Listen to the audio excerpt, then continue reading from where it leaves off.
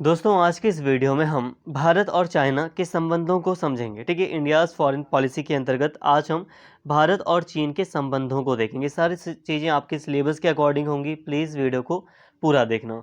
देखिए दोस्तों, अगर हम बात करें दोनों ही देशों के रिलेशंस की, तो उसके लिए थोड़ा सा हमें हिस्टोरिकल बैकग्राउंड देखना पड़ता है।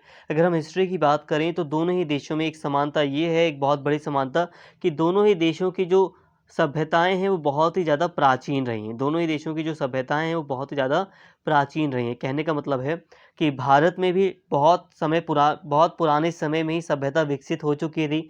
लाइक आपने हड़प्पा सभ्यता के बारे में सुना है। आपने देखा है कि गंगा घाटी में कई सारे, जो गंगा की घाटी रही है, जो ये मैदानी इलाका रहा है, यहाँ पे कई सारे शहर विकसित हो चुके थे आज से 2000 साल पहले ही।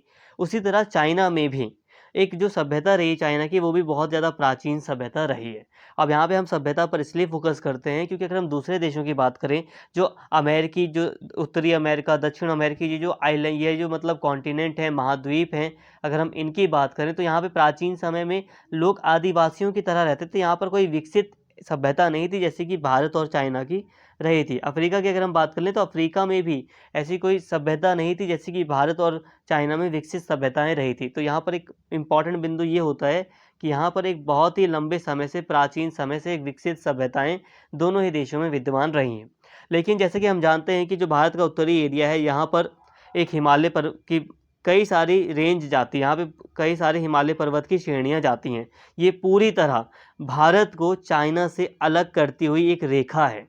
ध्यान से समझिए बात को। ये जो हिमालय पर्वत है, यहाँ से जम्मू कश्मीर से पूरा लेकर, ये वैसे अफगानिस्तान से शुरू हो जाता है, तो पूरा का ये पूरा जो उत्तर पूर्वी, ये जो भारत है, इसके आगे तक ये रेंज जाती है। तो हिमालय पर्वत एक तरह से पूरी तरह बाउंड्री निश्चित करता है भारत और चाइना के बीच में, और इसका एक बड़ा रोल रहा है दोनों के रिलेशन में।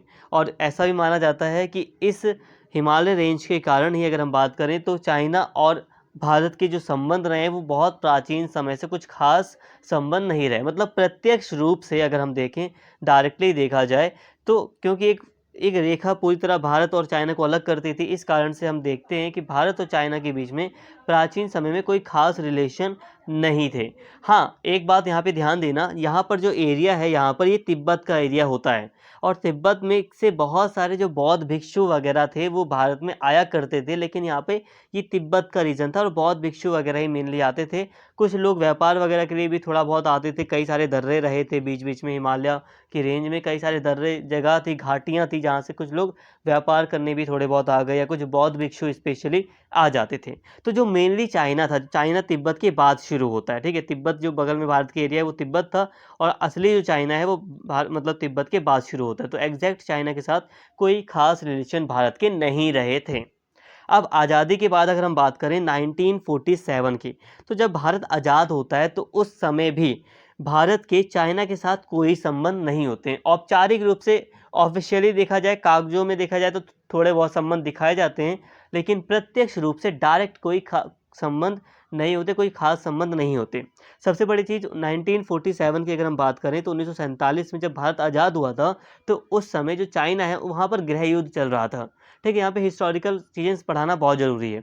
चाइना में गृह युद्ध चल रहा था, सिविल वॉर चल रही थी, जो अलग अलग जो पार्टीज़ थी वो आपस में लड़ रही थी। स्पेशली जो कम्युनिस्ट पार्टी थी वो राष्ट्रवादी पार्टी से, राष्ट्रवादी सरकार से संघर्ष कर रही थी।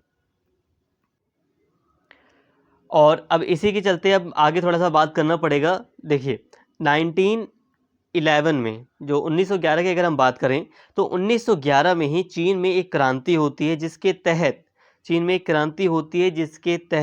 में जो राजवंश होता है उसका अंत कर दिया जाता है। ठीक है, जो राजतंत्र होता है उसको ख़त्म कर दिया जाता है। मतलब अब कोई राजा नहीं रहेगा। अब जनता की सरकार की स्थापना की जाती है, गणतांत्रिक सरकार बनाई जाती है सन यात सेन के नेतृत्व में 1911 के बाद चाइना में।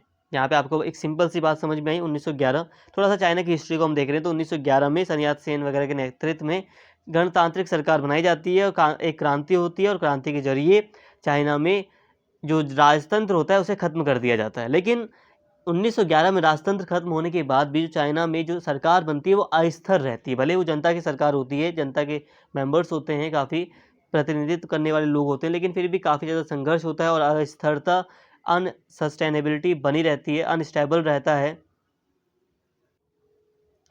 चाइना का शासन। ठीक है यहाँ तक। अब इसी बीच अब आगे चलकर हम देखते हैं कि चाइना में गृह युद्ध होना शुरू हो जाता है। और चाइना में दोस्तों एक मेन, अगर हम सरकार की बात करें तो 1911 के बाद जो मेन सरकार होती है चाइना में, वो होती है राष्ट्रवादी सरकार। राष्ट्रवादी सरकार का काफ़ी प्रभाव होता है चाइना के ऊपर। राष्ट्रवादी सरकार, आप नाम याद रख लीजिए, राष्ट्रवादी सरकार। अब जिस समय चाइना में एक दूसरी क्रांति होती है कम्युनिस्ट पार्टी के नेतृत्व में 1949 में, उस समय भी चाइना में राष्ट्रवादी सरकार की ही स्थापना हुई रहती है। राष्ट्रवादी जो पार्टी होती है उसी की सरकार चाइना में होती है।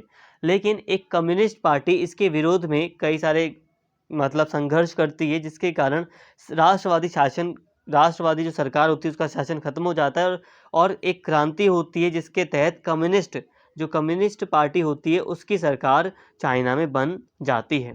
तो कुछ बातें आपको यहाँ पे समझ आई होंगी।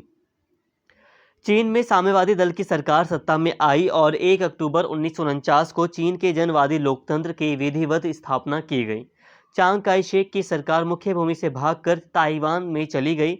राष्ट्रवादी सरकार, यहाँ पे बात को समझिए। चाइना के अगर आप मैप को देखेंगे तो चाइना का एक जो विशाल जो भूमि है भारत से टकराती है, वो मतलब भारत से जुड़ी हुई है।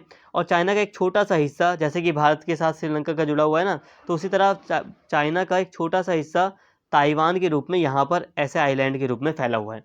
एक्चुअल में क्या था, जब हम 1948 की बात करें, 1949 की बात करें, 1949 के आसपास की बात करें, तो चाइना में जो सरकार थी वो राष्ट्रवादी सरकार ही थी।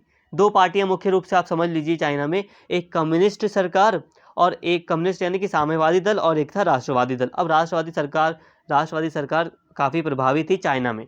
लेकिन 1949 आते आते जो कम्युनिस्ट सरकार थी, जो कम्युनिस्ट पार्टी थी, उसका मतलब वो ज़्यादा पॉपुलर हो जाती है चाइना में। जो कम्युनिस्ट पार्टी होती है, साम्यवादी दल जो होता है चाइना का, वो ज़्यादा पॉपुलर हो जाता है चाइना में। और संघर्ष के जरिए वो राष्ट्रवादी सरकार को एक तरह से मजबूर कर देता है कि वो पूरी तरह उसको ख़त्म कर देता है।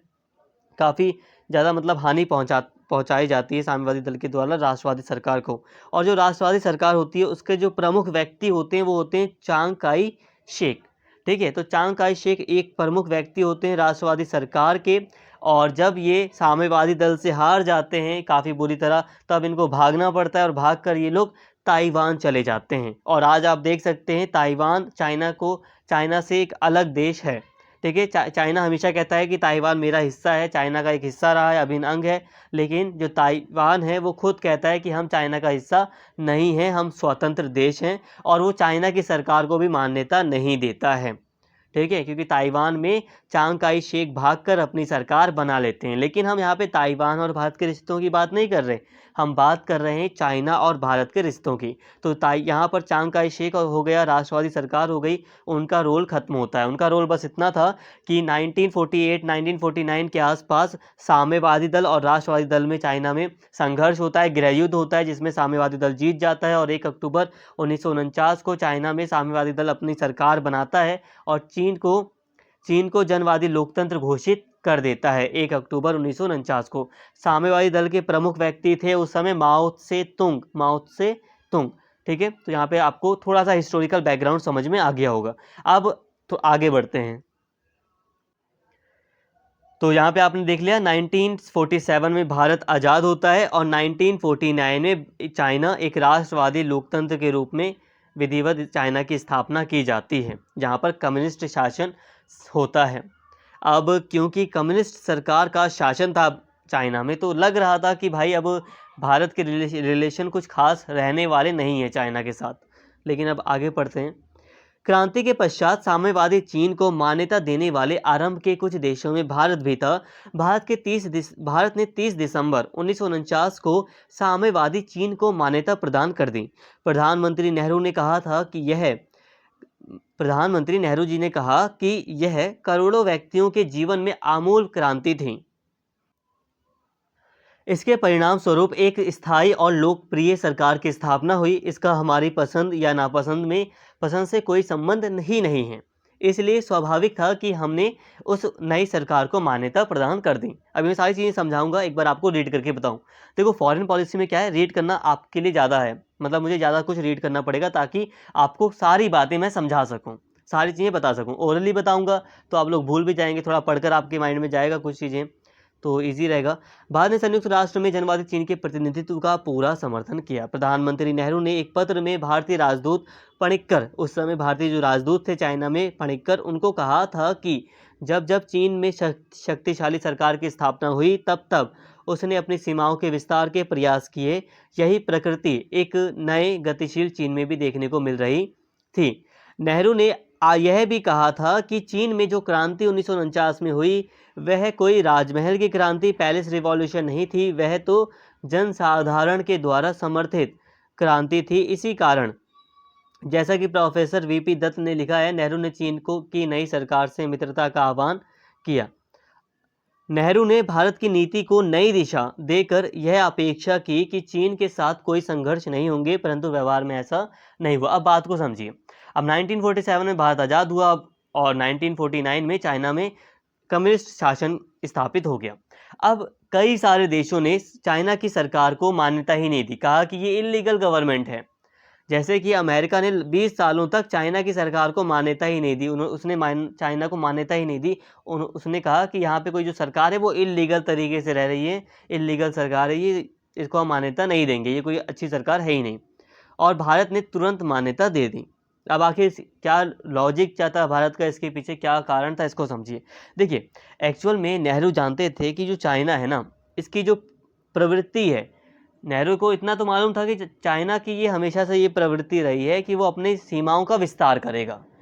नेहरू को ये अंदाज़ा था। लेकिन नेहरू ने कहा कि जो विस्तार की जो नीति थी, अपने देश के विस्तार की जो नीति थी, वो तब होती थी जब राजा महाराजाओं का शासन होता था। लेकिन चाइना में जो शासन स्थापित हुआ है वो तो जनता के द्वारा समर्थित है, मतलब जनता ने क्रांति की है। तो यहाँ पर कोई राजा की कोई क्रांति तो है ही नहीं कि राजा ने शासन को पलट दिया और खुद एक राजा आ गया हो। तो नेहरू का मानना था कि चाइना में जनता के समर्थन से सरकार बनी है, और क्योंकि जब जनता अपनी सरकार के साथ है तो हम क्यों ना मान्यता दें सरकार को। तो नेहरू ने कहा, जब इतना बड़ा देश है और इतने बड़े देश की पूरी जनता उस सरकार को मान रही है, एरिया वाइज अगर हम देखें, जनसंख्या वाइज देखें तो चाइना बहुत बड़ा है। यहाँ तक कि अमेरिका से भी अगर हम देखें तो जनसंख्या और उसमें क्या कहते हैं, लैंड के मामले में अमेरिका से भी बड़ा माना जाता है चाइना। तो इस तरह से एक बड़ा देश है, बड़ी जनसंख्या है। तो नेहरू ने कहा इतनी बड़ी जनसंख्या को हम इग्नोर नहीं कर सकते, और इतनी बड़ी जनसंख्या, इतनी बड़ी जनता अपने देश के कम्युनिस्ट शासन को स्वीकार करती है, तो हम क्यों ना इसको मान्यता दें। नेहरू जी का ऐसा मानना था और नेहरू ने तुरंत इसको मान्यता दे दी। नेहरू ने कहा कि हम मान्यता ना दें या दें, इससे कोई मतलब ही नहीं है, क्योंकि जब लोग अपनी सरकार का समर्थन कर रहे हैं, जब पूरे जो लोग हैं वो मान्यता देते हैं अपनी सरकार को, तो हम क्यों ना दें, ऐसा नेहरू जी ने कहा था। और नेहरू जी को विश्वास था कि अब चाइना के साथ एक नए तरीके से हम संबंधों को स्थापित करेंगे, एक विश्वास बनेगा दोनों ही देशों के बीच, भारत और चाइना के बीच, जिससे कि दोनों जो भी गतिरोध होंगे वो समाप्त हो जाएंगे। और नेहरू जी को इतना विश्वास था कि चाइना कुछ भी हो हम पे आक्रमण नहीं करेगा, एक दोस्ती बनाए रखेंगे। इतना विश्वास था नेहरू जी को, जो कि आगे चलकर हम देखते हैं गलत साबित होता है। तो यहाँ तक आपको बात समझ में आ गई। भारत ने अगर हम चीन और भारत के संबंधों की बात करें तो एक बहुत ज़्यादा इंपॉर्टेंट पॉइंट ये है कि भारत ने चाइना को तुरंत ही मान्यता दे दी। जब चाइना का गठन हुआ तो लगभग कुछ दिनों बाद ही, ठीक है, एक मतलब दिसंबर में ही चाइना को मान्यता भारत ने प्रदान कर दी थी। तो प्रारंभिक देश था भारत जिसने चीन को मान्यता दी एक देश के रूप में, ठीक है। और दूसरा पॉइंट ये कि भारत ने संयुक्त राष्ट्र में चीन की सदस्यता का भी पूरा समर्थन किया। अब इसके पीछे अगर आप लॉजिक को समझेंगे, क्या नेहरू जी को बिल्कुल ध्यान ही नहीं था कि चाइना कैसा हो सकता है, लेकिन लॉजिक नेहरू जी का बिल्कुल यही था कि उन्हें लग रहा था कि अगर हम चाइना के साथ अच्छे से पेश आएंगे तो हमारी दोस्ती ज़्यादा अच्छी हो जाएगी, और हम क्योंकि दोनों ही एरिया वाइज, जनसंख्या वाइज दोनों ही देश बड़े हैं, तो दोनों देशों को करीब आना जरूरी है। तो नेहरू जी पूरी तरह दोस्ती रखना चाहते थे, और उनको लग रहा था कि जब भारत इतनी अच्छाइयाँ दिखाएगा तो अगर कोई बुरा देश भी है बगल में तो वो सुधर जाएगा और वो भी आपके साथ अच्छा व्यवहार करेगा, ऐसा मानना रहा था। जहाँ तक मैंने इनको पढ़ा है उसी हिसाब से मैं आपको बता रहा हूँ। अब यहाँ पे पहले आप तिब्बत को देख लो थोड़ा सा। अब एक्चुअली मुझे मैप ढूंढने में बहुत ज़्यादा टाइम लग गया। एक तो मैप में बाउंड्रीज़ को लेकर बहुत ज़्यादा गलत चीज़ें दिखाई जाती हैं। भारत के मैप में कई बार हम देखते हैं पीओके वगैरह को पाकिस्तान के हिस्से में दिखा दिया जाता है, चीन में बहुत सारे हिस्से को भारत का दिखा दिया जाता है। अब कुल मिला के कैसा भी यहाँ पे एक मैप मिला है मुझे, तो यहाँ पे थोड़ा ठीक है ये मैप बाउंड्रीज के हिसाब से भारत के लिए। तो यहाँ पे अभी हम तिब्बत को देख लेते हैं, तिब्बत कौन सा एरिया है। तो यहाँ पे सफ़ेद आपको एरिया दिख रहा है, एक बड़ा सा ये सफ़ेद एरिया, तो ये तिब्बत है।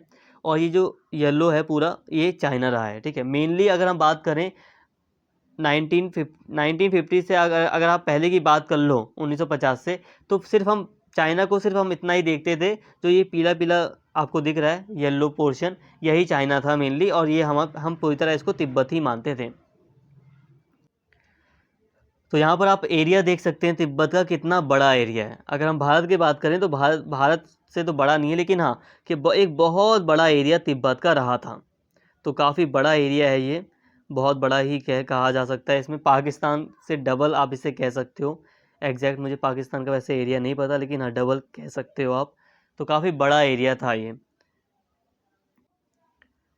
और एक चीज़ दोस्तों मैं ऐड करना चाहूँगा कि यहाँ पे देखिए, पहले हमारी जो बाउंड्रीज थी ना वो तिब्बत के साथ लगती थी, भारत की बाउंड्रीज। तो हमारा जो अगर कॉन्फ्लिक्ट भी होगा, हमारा कोई संघर्ष भी होगा सीमा को लेकर, बाउंड्री को लेकर, तो वो तिब्बत के साथ होगा, ठीक है। चाइना के साथ था ही नहीं। बस ये जम्मू कश्मीर में थोड़ी सी बाउंड्री चाइना के साथ शेयर हो रही थी, लेकिन चाइना ने तिब्बत पर कब्जा कर लिया, और फिर हम देखते हैं कि पूरा चाइना के साथ बाउंड्री हमारी लगने लगी, जिससे आगे कॉन्फ्लिक्ट भी बढ़ा। वैसे एक चीज़ याद रखना, जो बीच में स्टेट होता है ना, दो शक्तिशाली देशों के बीच में जो स्टेट होता है, वो एक तरह से बफर जोन का काम करता है, जो बचाने का, बीच बचाव का कार्य करता है। क्योंकि चाइना यहाँ पर है और भारत यहाँ पर, तो अगर तिब्बत होता तो भारत के लिए बहुत अच्छा था। क्योंकि हमारी जो, जैसे कि अभी नेपाल है, तो नेपाल भी एक छोटा सा देश है जो कि थोड़ा सा बफर जोन की तरह थोड़ा सा काम करता है। तो बीच में देश होने से बहुत फ़ायदा होता है। अगर बीच में एक देश होता है तो ये वाला देश भी और ये वाला देश भी, दोनों ही देश बीच वाले को खुश रखने का प्रयास करते हैं, जिसके कारण कभी भी दोनों दो शक्तिशाली देशों की बाउंड्री आपस में टच नहीं हो पाती या कोई संघर्ष नहीं हो पाता। लेकिन अब तिब्बत है नहीं, तो बाउंड्री टच हुई और लड़ाई हुई 1962 में। अब आगे पढ़ते हैं, सारी चीज़ें आप डिस्कस की जाएंगी। अब अगर हम बात करें भारत और चाइना के संबंधों की, तो भारत और चाइना के संबंधों को अगर हम देखें तो बहुत सारी समस्याएं हमें दिखाई देती हैं। इसमें से एक सबसे बड़ी जो समस्या है, जो सबसे पहले दिखाई देती है हमें भारत और चाइना के जब रिलेशन शुरू होते हैं आज़ादी के टाइम पर, वो थी तिब्बत की समस्या। अब तिब्बत के बारे में मैं रीड कम करूँगा, पहले आपको समझा देता हूँ क्या चीज़ें कैसे रही थी। देखिए, ऐसा नहीं है कि तिब्बत एक पूरी तरह स्वतंत्र देश है। अगर हम लोग सोचते हैं कि यार तिब्बत तो पूरी तरह स्वतंत्र था, चाइना ने इस पर कब्जा कर लिया, पूरी तरह इलीगल है, तो यहाँ पे थोड़ा सा आपको समझना पड़ेगा कि तिब्बत को ना, अगर हम बात करें तो 1911 तक, 1911 1914 तक ये मान लिया गया था कि जो तिब्बत है वो चाइना के अंडर में रहेगा। मतलब ये कहा गया कि तिब्बत जो है वो स्वतंत्र होगा, लेकिन हाँ, चाइना का उस पर थोड़ा प्रभाव रहेगा। चाइना की अधीनता में एक स्वतंत्र राज्य के रूप में तिब्बत को मान्यता दे दी गई थी। 1911 की बात कर लें, 1911 की, या 1914 तक की अगर मैं बात करूं, तो जब ब्रिटेन की जो सरकार थी भारत में, उसके बीच और चाइना के बीच और तिब्बत के अधिकारियों के बीच एक समझौता हुआ था, जिसमें इस बात को स्वीकार किया गया ब्रिटेन की सरकार के द्वारा कि तिब्बत पर चाइना का अधिकार है, लेकिन हाँ, तिब्बत एक स्वतंत्र देश की तरह कार्य करेगा, कुछ ही मामले चाइना के पास रहेंगे। अगर हम इससे पहले भी जाएं तो तिब्बत वासियों का कहना है कि तिब्बत कभी भी चाइना का हिस्सा रहा ही नहीं। जो तिब्बत वासी हैं वो कहते हैं कि चाइना का हिस्सा कभी भी तिब्बत नहीं रहा। और हकीकत है, अगर हम इतिहास को देखें तो लंबे इतिहास में हम देखते हैं कि कई बार जो मंगोल के शासक थे, चंगेज़ खान वगैरह के बारे में आपने सुना होगा, तो चंगेज़ खान वगैरह ने, या जो मंगोल के शासक वगैरह थे, उन्होंने पूरे चाइना पर कब्जा कर लिया था, तिब्बत को भी अपने शासन में मिला लिया था। कई सारे कोरिया वगैरह के एरिया को भी मिला लिया था अपने साम्राज्य में। तो इस कारण से ये पूरा क्षेत्र एक हो गया था। तो ये दावा किया जाता है कि चाइना कहता है कि तिब्बत शासन के दौरान, एक लंबे शासन के दौरान चाइना का एक हिस्सा रहा था, लेकिन ये इलीगल तरीके से, जब राजा महाराजा थे तो कई बार कब्जा कर लिया गया, फिर स्वतंत्र हो गया कुछ समय बाद। तो यहाँ पे ये मिली जुली बातें रही हैं। कई बार जो तिब्बत था वो मंगोल साम्राज्य या चीन के साम्राज्य का हिस्सा रहा, लेकिन वो स्वतंत्र राज्य था। अब जैसे कि अब हमने देखा कि दूसरे क्षेत्रों पर कोई राजा आता है, वो अपनी बाउंड्री बढ़ाने के लिए किसी क्षेत्र पर कब्जा कर लेता है और बाद में वो वाला क्षेत्र आपसे छूट जाए। जैसे कि अशोक ने तो भाई अफगानिस्तान पर भी कब्जा किया था, और आगे चल के अफगानिस्तान छूट गया, अशोक के हाथों से निकल गया। आगे चल के दूसरे राजा आए तो उन्होंने कब्जा कर लिया। तो ये क्या है, था तो वो अलग ही टेरिटरी ना। मतलब अशोक के टाइम पे 2000 साल पहले तो अफगानिस्तान भारत का हिस्सा था, लेकिन हम बाद में देखते हैं जो कि लंबे समय तक वो आज़ाद अलग रहा, स्वतंत्र रहा, तो इसलिए हमने उसे अलग ही मान लिया पूरी तरह, और वहाँ पे अलग ही संस्कृति या हर चीज़ अलग ही विकसित हो गई, तो वो अलग हो गया। तो यही हाल ऐसा आप तिब्बत के मामले में सोच सकते हैं कि तिब्बत एक अलग राज्य रहा था। अब हाँ, हालांकि कई बार चीन साम्राज्य का हिस्सा भी तिब्बत बना रहा। अब इसी को लेकर काफ़ी ज़्यादा डिबेट है, काफ़ी ज़्यादा कॉन्फ्लिक्ट है, तो यहाँ पे आपको थोड़ी सी बात समझ में आई होगी। अब यहाँ पे थोड़ी सी आज़ादी के टाइम की बात कर लेते हैं, आज़ादी से थोड़ा सा पहले कॉलोनियल टाइम की बात कर लेते हैं। देखो 18वीं 19वीं 20वीं जो शताब्दी का टाइम था, इस टाइम पीरियड में जो ब्रिटेन की सरकार थी जो कि इंडिया में थी, वो चाह रही थी, उसको लग रहा था कि जो रशिया है वो तिब्बत के रास्ते होकर या चाइना तिब्बत के रास्ते होकर भारत पर अपना कैप्चर जमा सकता है। तो इसलिए वो भारत की बाउंड्री को पूरी तरह सुरक्षित रखना चाहते थे। जो ब्रिटिशर्स थे वो चाहते थे कि भारत उनके हाथों से ना जाए। इसके लिए वो हर जो मुमकिन कोशिश थी वो कर रहे थे वो। तो इसीलिए वो रशिया के प्रभाव को कम करने के लिए उन्होंने चाइना और तिब्बत के साथ समझौता किया। समझौते में मतलब मीटिंग बुलाई, तो मीटिंग वगैरह में यही तय हुआ आगे चलकर कि तिब्बत पर चाइना का अधिकार स्वीकार किया गया। बस शर्त ये थी कि चाइन जो तिब्बत था वो स्वतंत्र राज्य के रूप में उसे मान्यता दी गई थी। बस हाँ, प्रभाव रहेगा चाइना का, इतनी मान्यता रखी गई थी। अब आगे क्या होता है, आगे चलकर हम देखते हैं कि तिब्बत को चाइना के द्वारा दो भागों में बांट दिया जाता है। ठीक है, आगे चलकर हम देखते हैं चाइना को दो भागों में बांट दिया जाता है। एक भाग ऐसा होता है जिसको चाइना पूरी तरह अपने में मिला लेता है, इसको आंतरिक तिब्बत कहा जाता है, और एक भाग ऐसा होता है जो बाह्य बाह्य भाग होता है, मतलब जिसको चाइना मिलाता नहीं है अपने अपने में पूरी तरह। तो दो पार्ट्स में तिब्बत को आगे डिवाइड कर दिया जाता है। इसके बाद की अगर हम बात करें तो देखिए दोस्तों, तिब्बत जो चाइना के जो अधिकारी थे उनके द्वारा आज़ादी के टाइम, जब आज़ादी की बात की अगर हम बात करें 1950 के बाद की, तो नेहरू जी को विश्वास दिलाया गया था या भारत को विश्वास दिलाया गया था कि वो लोग कभी भी तिब्बत के ऊपर आक्रमण नहीं करेंगे। चाइना ने विश्वास दिलाया था विश्व को कि चाइना कभी भी तिब्बत के ऊपर आक्रमण नहीं करेगा, स्पेशली भारत को। लेकिन एक दिन ऐसा आता है, भी हम बात करेंगे डेट वगैरह की, तो जो चाइना होता है वो अपनी एक बड़ी आर्मी को तिब्बत में आक्रमण के लिए भेज देता है, पूरी तरह कैप्चर करने के लिए तिब्बत को अपनी आर्मी को भेज देता है तिब्बत में। तो इससे जो भारत होता है इसको बहुत ज़्यादा धक्का लगता है, नेहरू जी को स्पेशली बहुत ज़्यादा एक तरह से धोखा फील होता है, क्योंकि नेहरू जी को लग रहा था कि अरे चाइना तो शांति से ही काम लेगा। जब तिब्बत भारत से मदद मांगने आया तो भारत ने प्रस्ताव रखा कि आप चाइना के साथ बैठकर शांति से बातचीत कीजिए, क्योंकि नेहरू जी काफ़ी प्रभाव में आ चुके थे। उन्हें लग रहा था कि भाई चाइना तो कभी आक्रमण करेगा ही नहीं। एक्चुअल में जो कि नहीं हुआ। चाइना तुरंत अपनी बात से मुकर गया। चाइना ने कहा हमने तो कभी ऐसा कहा ही नहीं, हम आक्रमण नहीं करेंगे, हम तो अपने देश की सीमाओं की सुरक्षा कर रहे हैं, ऐसा चाइना ने कहा। और फिर इस तरह चाइना ने पूरी तरह तिब्बत पर अपना कब कैप्चर कर लिया, और यहाँ तक कि जो अरुणाचल प्रदेश वगैरह का एरिया है इस पर भी चाइना अपना दावा करता है, नेफा नाम से इसको पुकारता है, जिसको साउथ तिब्बत कहता है। तो ये थी तिब्बत की समस्या, और यहाँ तक आपको काफ़ी अच्छे से समझ में आ गया होगा तिब्बत की समस्या क्या थी। अब मैं रीड करके आपको कई सारी बातें थोड़ा सा समझा देता हूँ। यहाँ पे समझाऊंगा कब, रीड मतलब कम समझाऊंगा, रीड ज़्यादा करूँगा, ताकि आपको कई सारी बातें पता चल सकें। बट यहाँ तक मुझे उम्मीद है आपको तिब्बत की समस्या समझ में आ गई। यहाँ पे तिब्बत की समस्या खड़ी इसलिए हो जाती है क्योंकि भारत के साथ एक धोखा ये हुआ कि भारत से जो शांति वगैरह की बात की थी चाइना ने, उसको स्वीकार नहीं किया गया। तिब्बत में चाइना की आर्मी गई, उसने बहुत सारे लोगों का शोषण किया, अत्याचार किया, ह्यूमन राइट्स का वायलेशन किया, मानवाधिकारों का उल्लंघन किया। तिब्बत में जाकर कई सारे हजारों लोगों को मारा गया। तो ये सारी चीज़ें की, तो ये एक बहुत बड़ी समस्या बन गई इसी कारण से, क्योंकि भारत को धोखा दिया गया। इसके बाद हम देखते हैं आगे चल के बाउंड्री का जो बाउंड्री को लेकर जो विवाद है वो भी दिखाई देता है। तिब्बत विवाद दोनों देशों के बड़े विवाद का कारण है। इसके बीच इतिहास में छिपे हुए हैं। तिब्बत का इतिहास बेहद उथल पुथल भरा है। कभी वो एक स्वतंत्र इलाके के तौर पर रहा है, तो कभी मंगोलिया और चीन के ताकतवर राजवंशों ने उस पर हुकूमत की।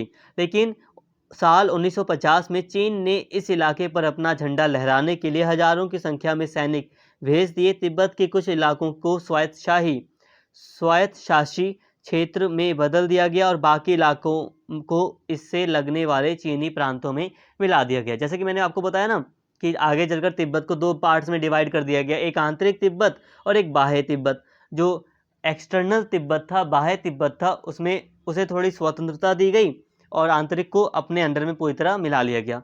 संस्कृति वगैरह को सबको खत्म करके पूरी तरह चाइना बना दिया गया उसे भी। लेकिन साल 1959 में चीन के खिलाफ हुए एक नाकाम विद्रोह के बाद 14वें दलाई लामा को तिब्बत छोड़कर भारत में शरण लेनी पड़ी, जहां उन्होंने निर्वासित सरकार का गठन किया। 60 और 70 के दशक में चीन की सांस्कृतिक क्रांति के दौरान तिब्बत के ज़्यादातर बौद्ध विहारों को नष्ट कर दिया गया। माना जाता है कि दमन और सैनिक शासन के दौरान हजारों तिब्बतियों की जान गई थी। देखिए दोस्तों, 1959 में चीन के खिलाफ तिब्बत में एक विद्रोह किया जाता है जो कि असफल हो जाता है, और उस विद्रोह के दौरान ही जो 14वें दलाई लामा होते हैं तिब्बत के, दलाई लामा एक मुख्य व्यक्ति समझ लो जो तिब्बत पर शासन करता था, ठीक है। तो दलाई लामा जो व्यक्ति होते हैं 14वें दलाई लामा, वो भारत में शरण मांगने आ जाते हैं और फिर भारत एक बहुत अच्छा काम करता है, उनको शरण दे देता है, और शरण दे जहाँ पे उनको दी जाती है तो वहीं पर वो भारत में ही अपनी तिब्बत की सरकार जो कि निर्वासित सरकार है उसका गठन दलाई लामा के द्वारा किया जाता है। 60 और 70 के दशक की अगर हम बात करें, 1960 और 1970 के दशक की अगर हम बात करें, तो इस दौरान चीन की जो सांस्कृतिक क्रांति थी, मतलब चीन की जो संस्कृति थी उसका काफ़ी ज़्यादा विस्तार होता है तिब्बत के अंतर्गत। तिब्बत की जो खुद की जो संस्कृति थी, जो बौद्ध विहार वगैरह थे, जो बौद्ध स्थल वगैरह थे, उसको नष्ट कर दिया जाता है। और माना जाता है कि हजारों, जब तिब्बत पर चीन का पूरी तरह शासन होता है, आक्रमण किया जाता है, तो उस समय हजारों तिब्बत वासियों को मारा गया था। इस प्रकार चीन ने तिब्बत की सांस्कृतिक धरोहरों को न सिर्फ नष्ट कर दिया बल्कि शक्ति और ताकत के बल पर तिब्बत पर अपना नियंत्रण भी कर लिया। ये तिब्बत के प्रति चीन की आक्रामक नीति का परिणाम है, जिसकी भारत और विश्व के कई देशों ने आलोचना भी की। भारत का आधिकारिक तौर पर तिब्बत स्वायत्त क्षेत्रों को चीन का हिस्सा मानता है। अगर हम आज के तौर पर बात करें तो आधिकारिक तौर पर अगर हम देखें, ऑफिशियली कागजों में अगर हम देखें, तो आज भी भारत जो है वो तिब्बत स्वायत्त क्षेत्र को चीन का हिस्सा मानता है। जो तिब्बत का स्वायत्त क्षेत्र है, मतलब एक ऐसा क्षेत्र जहाँ पर ज़्यादा स्वतंत्रता दी गई है तिब्बत वासियों को, उसको चीन का हिस्सा मानता है। लेकिन हाँ, उस क्षेत्र को जो तिब्बत जहाँ पर थोड़ा स्वायत्तता दी गई है, लेकिन हकीकत में ऐसी कोई स्वायत्तता या कोई आज़ादी तिब्बत वासियों को नहीं दी गई है। लेकिन चीन दलाई लामा को चीन विरोधी और अलगाववादी कहता रहा है और उनके साथ किसी भी तरह के संबंध रखने पर आपत्ति जताता रहा है। तो देखिए दोस्तों, यहाँ पर अभी हमने देखा कि किस तरह से चाइना ने एक एक बहुत बुरी तरीके से तिब्बत को पूरी तरह अपने साम्राज्य में मिलाया। यहाँ पे ये नहीं कह सकते कि चाइना का तिब्बत पर बिल्कुल भी अधिकार नहीं रहा था, क्योंकि अब ऐसी अगर हम इतिहास को देखें तो इतिहास में कई सारे ऐसे चरण आ जाते हैं। स्पेशली आज़ादी के पहले अगर हम बात करें, भारत की आज़ादी के पहले, तो ब्रिटेन की सरकार ने भी एक जो तिब्बत का जो एरिया है उस पर चीन की सरकार को मान्यता दी, यानी कि जो चीन की सरकार होगी उसका प्रभाव रहेगा, ऐसा स्वीकार कर लिया था। लेकिन हाँ, एक स्वायत्त शासी, एक ऑटोनोमस तिब्बत की बात की गई थी कि एक स्वतंत्र तिब्बत होगा। ठीक है, भले ही चीन का प्रभाव रहेगा लेकिन एक स्वतंत्र तिब्बत होगा जहाँ की संस्कृति पर, जहाँ के आंतरिक मामलों में कोई भी हस्तक्षेप नहीं किया जाएगा। जैसे कि एक नेपाल ले लो ना, आज के नेपाल एक जैसे कि एक छोटा सा देश है ना, उसी तरह तिब्बत भी एक देश था। ऐसी बात नहीं कि तिब्बत कोई देश नहीं था एक देश था तिब्बत। तो आज अगर हम देखें तो तिब्बत को काफ़ी स्वतंत्रता मिली हुई होनी चाहिए थी। और अगर चाइना को मतलब तिब्बत पर कब्जा ही करना था या तिब्बत को अपने अंडर में लेना था, तो वो चीज़ें शांति प्रिय ढंग से होनी चाहिए थी। ये मेन कंसर्न रहा है। अगर हम चाहते हैं कि अगर हम चाहते हैं कि तिब्बत समस्या नहीं होती, तो जो इसका सॉल्यूशन था वो ये था कि तिब्बत को अधिक से अधिक स्वतंत्रता दी जाए, साथ में तिब्बत से अगर बातचीत, मतलब शांति का ही रास्ता अपनाया जाए,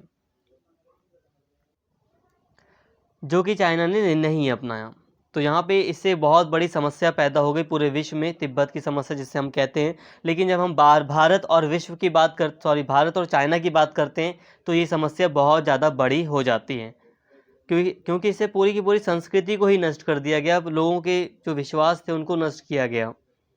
अब चाइना और भारत के रिलेशन में तिब्बत की समस्या और ज़्यादा, मतलब बहुत, दोनों ही देशों के रिलेशंस को ये ख़राब रखती है। इसका कारण ये भी है कि भारत ने दलाई लामा को शरण दी थी अपने ही देश में, तो भा तो चाइना का मानना है कि तिब्बत में जो भी आंतरिक जो हिंसा हो रही है, वो भारत में बैठे दलाई लामा के प्रोत्साहन से किया जाता है और दलाई लामा को चीन अलगाववादी कहता है। तो इस कारण से चीन भारत से भी एक तरह से भारत की आलोचना करता है कि भारत ने दलाई लामा को शरण दी है।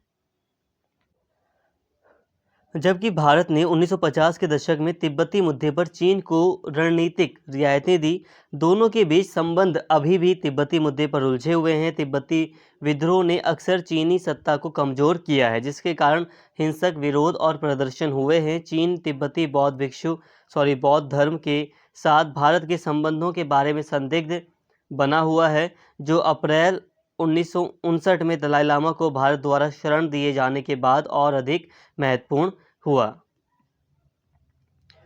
तो देखिए दोस्तों, यहाँ पे हमने बात कर ली तिब्बती समस्या की। हमने यहाँ पे तिब्बत की समस्या को देख लिया कि किस तरह से भारत और चीन के संबंधों में एक बहुत बड़ी टेंशन, एक बहुत बड़ी समस्या रही है। सिंपल सी बात है कि भारत को विश्वास नहीं हुआ कि अचानक से तिब्बत पर आक्रमण कर दिया गया चीन की सरकार के द्वारा, जो कि एक बहुत बड़ा धोखा था भारत के लिए। एक्चुअल बात यही थी कि तिब्बत पर जो तिब्बत से जो समझौता था भारत का खुद का भी, तो भारत को भी कई सारे अधिकार प्राप्त थे तिब्बत पर। देखिए, जब नॉर्मली हम रणनीतिक की बात करते हैं, जब हम आज़ादी के से थोड़ा पहले जाते हैं, जब ब्रिटिश गवर्नमेंट भारत में थी, तो उस समय भी जो तिब्बत है उससे कई सारे समझौते हुए थे, जैसे कि व्यापार को लेकर, आने जाने से संबंधित, आवागमन से संबंधित भारत ने समझौते किए थे। चाइना को मतलब साथ में नहीं लिया, चाइना के बिना भी कई सारे समझौते तिब्बत से भारत ने किए थे, क्योंकि उस समय उस समय तिब्बत एक स्वतंत्र देश ही नॉर्मली तिब्बत एक स्वतंत्र देश ही था। हालांकि आगे मान लिया गया तिब्बत को कि चाइना के ये प्रभाव में रहेगा, ऐसा तिब्बत को मान लिया गया था। लेकिन तिब्बत अपने आप, अगर हम बात करें, तो तिब्बत हमेशा से अपने आप को एक स्वतंत्र देश ही मानता था और कई सारे समझौते और कई सारे अधिकार तिब्बत ने भारत को दिए थे, जैसे कि व्यापार से संबंधित अधिकार, आवागमन से संबंधित अधिकार। तो कई सारे अधिकार भारत को तिब्बत पर प्राप्त थे। लेकिन जब चाइना से भारत ने अपने रिलेशन को मजबूत करना शुरू किया, तो उस दौरान भारत की सरकार ने अपने जितने भी अधिकार थे तिब्बत के ऊपर, सब कुछ चाइना को सौंप दिया और चाइना से रिक्वेस्ट की कि चाइना तिब्बत से शांति प्रिय ढंग से बातचीत करे। और चाइना ने भी ऐसा ही विश्वास दिलाया कि वो तिब्बत पर, मतलब तिब्बत की स्वतंत्रता को बनाए रखेगा। तिब्बत पर अगर उसे अपने अंदर मिलाना भी है, चाइना के अंदर उसको, तो शांति प्रिय ढंग से बातचीत के जरिए सारी चीज़ें की जाएंगी, जो कि नहीं हुआ। एक बहुत बड़ा धोखा था भारत के लिए, और ये एक बहुत बड़ा धोखा था। और इसी कारण से ये तिब्बत की समस्या भारत और चाइना के रिलेशन में एक बहुत बड़ी समस्या मानी जाती है। तो दोस्तों, यहाँ पर अभी हमने तिब्बत की समस्या को देख लिया, जो कि आज तक रिजॉल्व नहीं हो पाई है। हालांकि अभी इसे हमने थोड़ा सा ढक दिया है। अब हमें बात करनी है 1962 के सीमा युद्ध के। अब जो ये सीमा युद्ध हुआ था, मतलब बाउंड्री को लेकर, ज़मीन को लेकर ये जो युद्ध हुआ था, अब इसके बारे में हमें बात करनी है। इसके बारे में दोस्तों हम नेक्स्ट लेक्चर में बात कर लेंगे, क्योंकि वह वीडियो काफ़ी बड़ी हो रही है। तो आप नेक्स्ट लेक्चर को देख लेना। आपको, अगर आपने 2 लेक्चर्स अगर आप देख लेंगे इस चाइना और भारत के रिलेशंस के लिए, तो दोनों ही लेक्चर्स में आपका पूरा का पूरा ये जो यूनिट है, ये जो सिलेबस है, चाइना और भारत का रिलेशन का कवर हो जाएगा। उम्मीद करता हूँ वीडियो आपको पसंद आई होगी। अगर वीडियो अच्छी लगी हो तो प्लीज़ चैनल को सब्सक्राइब कर लें, वीडियो को लाइक करें, शेयर करें और कमेंट करके अपना फीडबैक ज़रूर दें। Thank you.